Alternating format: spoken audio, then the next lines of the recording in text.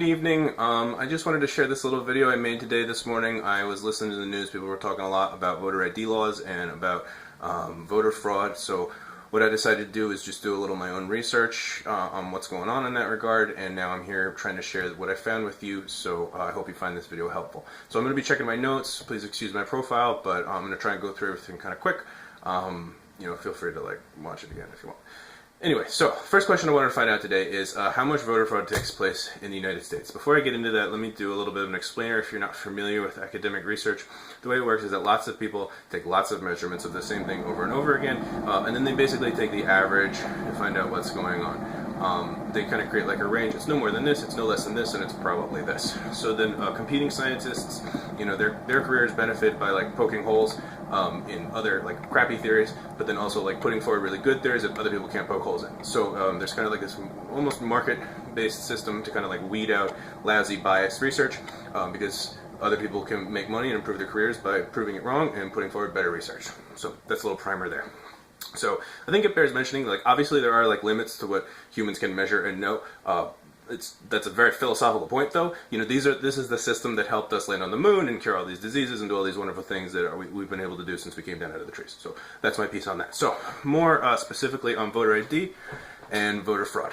So the Brennan Center, they found a couple of points that I think are really interesting. First, measurements of voter fraud, they can often mistake clerical errors and counting mistakes as voter fraud. So this is a common error in these types of systems, which kind of means that the higher range of measurements and the lower range of measurements, one of the things they really focus on is in that higher range you might find more of these look-alike errors that are kind of being considered voter fraud but may or may not actually be.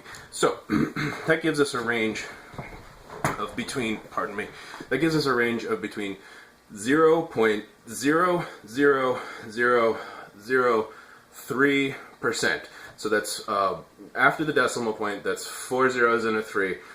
So that's already, it's a small number. So the higher end of the range is 0.0025%.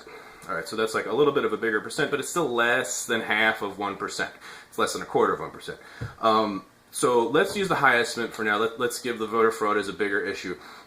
We need to take more, we need to take more action over it. Let's give that argument the benefit of the doubt. So if we do that, if we use the higher number, that means for every 100,000 votes that are cast in the United States, 2.5 of them are going to be fraudulent.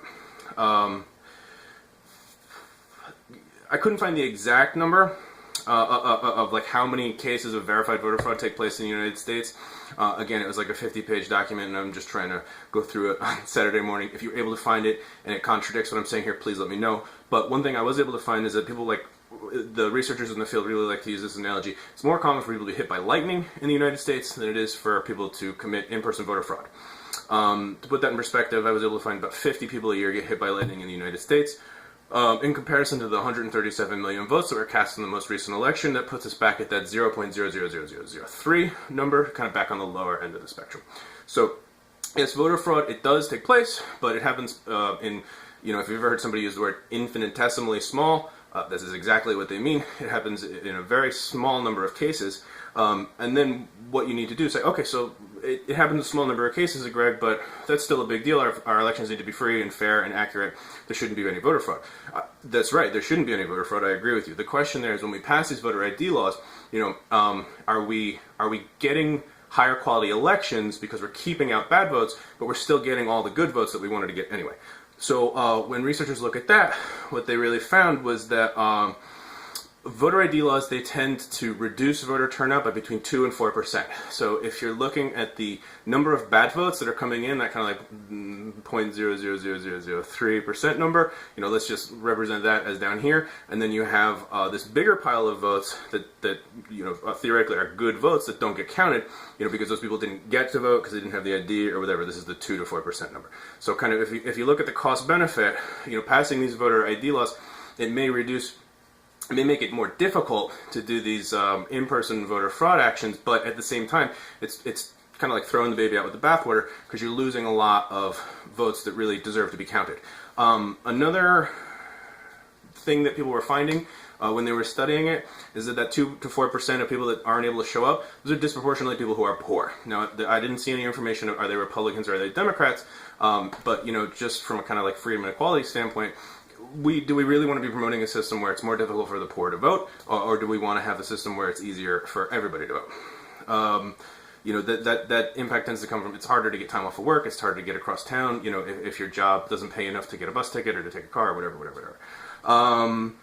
So one thing, that's kind of like the science in the Brennan report that I was able to look at this morning, and I'm summarizing. There's been a number flying around, 2.9 million fraudulent votes. So in the context of what we were just talking about, I just kind of wanted to run some numbers past you. So some people are throwing around this 2.9 million number. If we look backwards at the rates at which people have been finding voter fraud, in order for there to have been 2.9 million fraudulent votes in the 2016 election, there would have had to have been a total vote count of 116 billion people. To put that in perspective, the population of the United States is only 319 million, and only 137 million of those people voted in the 2016 election. So if 2.9 million people voted fraudulently, that would be a very unusual circumstance, to put it lightly. Okay, so I hope this was helpful. I hope you enjoyed it, and I hope that you use this information to let your elected representatives know what you think about whether or not there should be more or less voter ID laws. Thanks for listening. Thanks for watching. Have a great night.